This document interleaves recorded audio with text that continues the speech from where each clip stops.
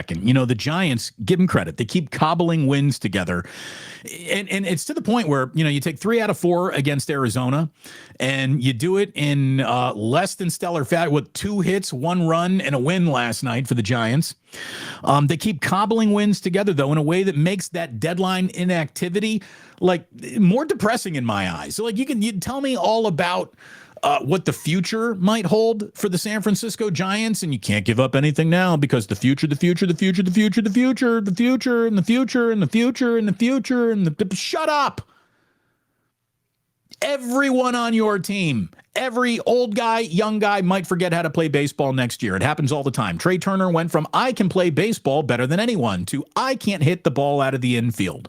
We see pitchers go from I'm a Cy Young candidate to I'm DFA'd. Baseball comes and goes. So when it's coming, you better be receptive that it's here because it could vanish tomorrow. When I think the Giants should kind of go for it?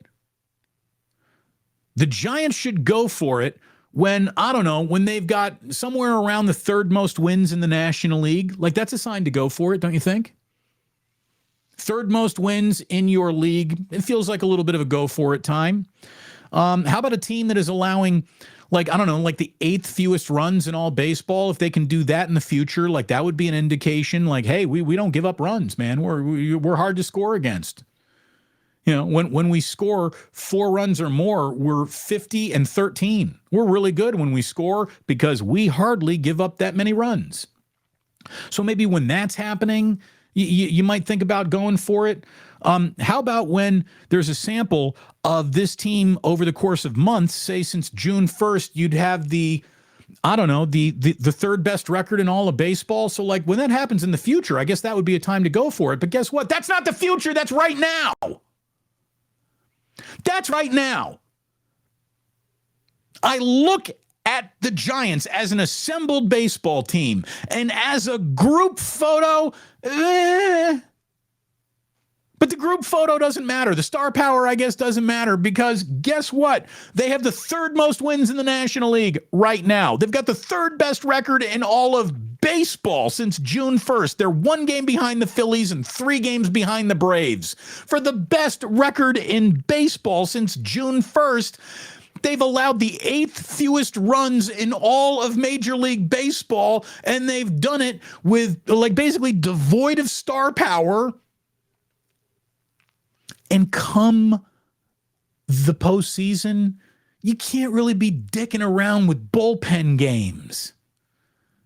Stars shine in the postseason. You should have added at least 1 more pitcher.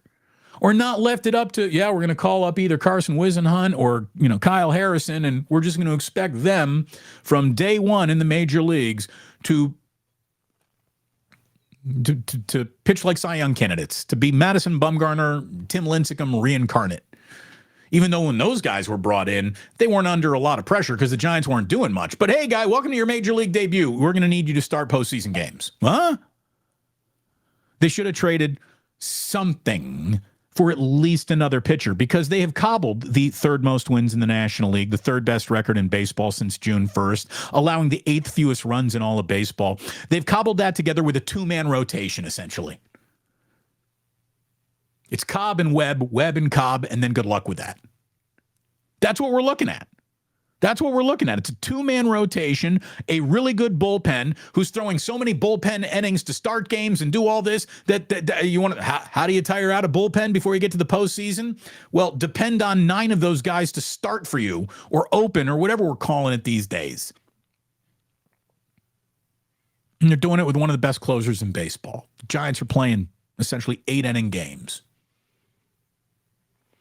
I heard Farhan on KNBR. He was saying how, bullpenning games has gone really well for the team. And, and it has. But that's the regular season. You need more than that in the postseason. You can trust Uncle Damon on that one. You just trust him. And I was thinking a little bit more about this too.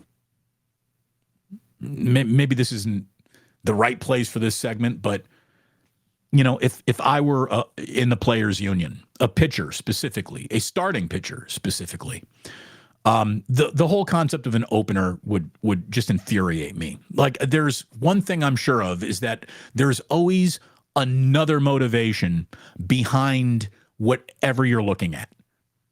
Like, sure, they've had a lot of success by asking an opener to give them, around 3 innings before they go into the rest of the game. And now you're seeing Manaea, and now you're seeing Stripling. And for a couple of innings, these guys can hold it down.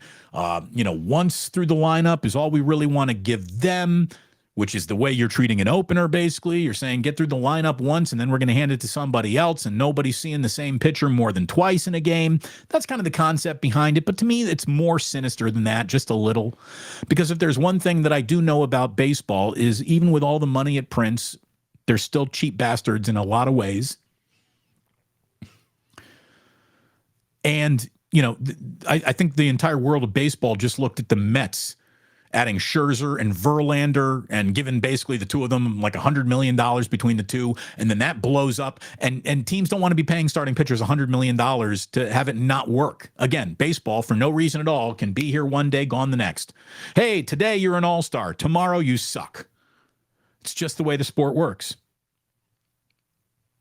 If I were in the union, I would want to have an uprising in just the concept of an opener. If I were a pitcher, I would want it to be a major talking point in the next labor agreement that this opener bullshit's got to stop. It's got to stop. And there's too many teams having success with it, and they can have success with it on a budget, which means there's no stopping it.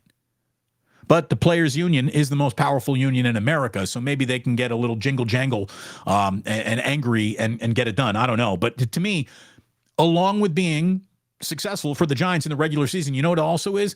It's an inning suppressor. It's a start suppressor. It's a statistics suppressor. And if you're a pitcher, you're going to get paid more or less money based on innings, starts, and success, right? I mean, that's how you're evaluated.